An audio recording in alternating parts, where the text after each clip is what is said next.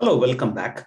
In this segment, I will show how we can make use of congruences for testing of divisibility. Let's say I'm giving a number, simple number 56976. We know it's an even number, and we also know that 2 divides this number, right?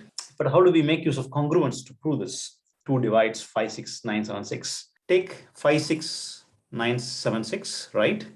And rewrite it as follows. It's nothing but 5697 times 10 plus 6, okay, which is congruent to, so this is congruent to 6 mod 2 because 10 is divisible by 2. So this whole thing becomes 0. That means what we are left with is just 6 mod 2. Okay, so what this congruence is saying is that the remainder you get by dividing 56976 by 2 is the same as the remainder you would get by dividing 6 by 2. So, which means that only the last digit needs to be analyzed whether to conclude whether a number is divisible by 2 or not. Clearly, 6 mod 2 is same as 0 mod 2, right? Because 6 and 0 belong to the same congruent class. Okay. The fact that you get 0 mod 2 tells us that this number is divisible by 2. Okay. We can now extend this and ask another question. Is this number divisible by 4? Okay. The remainder you will get by dividing this number by 4 is same as the remainder you would get when you divide 76 by 4. Okay. That means you will have to only pay attention to the last 2 digits to conclude whether a number is divisible by 4 or not. Okay, these are some of the well-known properties. Let me now take it to the next level. If I am given a number, I wanted to check whether a number is divisible by 9 or not. How can I make use of congruences? So the theorem now is interesting. Suppose you are given a number and you need to tell whether the number is divisible by 9 or not. Okay, so let's assume you are given a number x. Okay, and you need to tell whether it's divisible by 9 or not. Of course, without doing the actual division and finding out the remainder, can we use the theorems of congruences? Okay. So the question is x divisible by 9? Okay. In other words, 9 divides x or not? That's the question we need to answer. So how can we rewrite x? Let's assume x is made of r plus 1 digits. Okay. A0 is the first digit, the unit digit. A1 is the 10th digit all the way until AR. So there are totally R plus 1 digits that make up the number X. Of course, each AI that you're seeing is a number between 0 and 9. Okay, so let me be more precise now.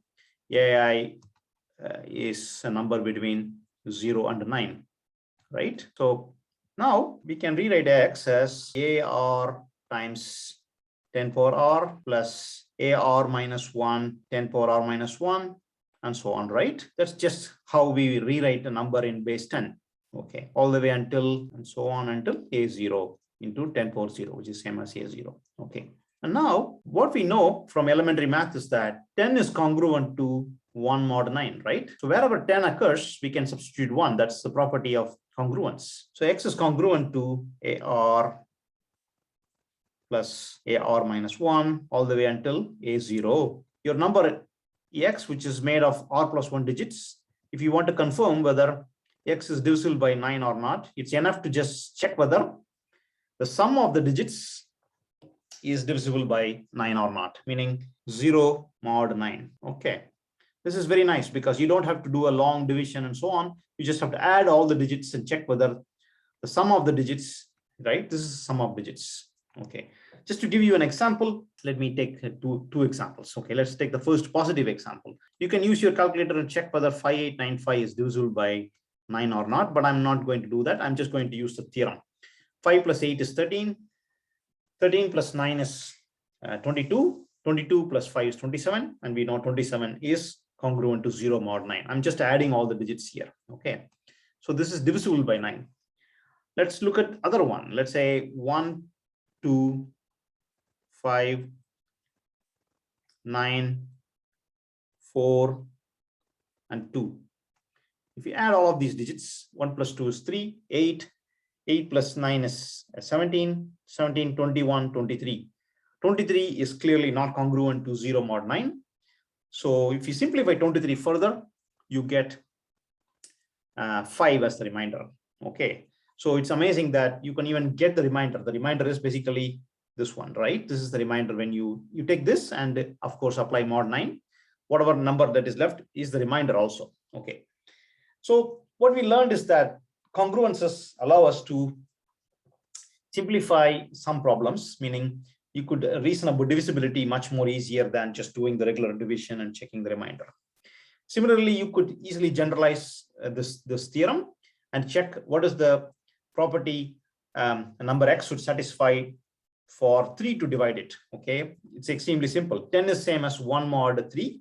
So the same theorem also holds true for 3 divides x. Okay, if and only if the sum of the digits is divisible by 3. Okay, so I leave that simple exercise to you to prove.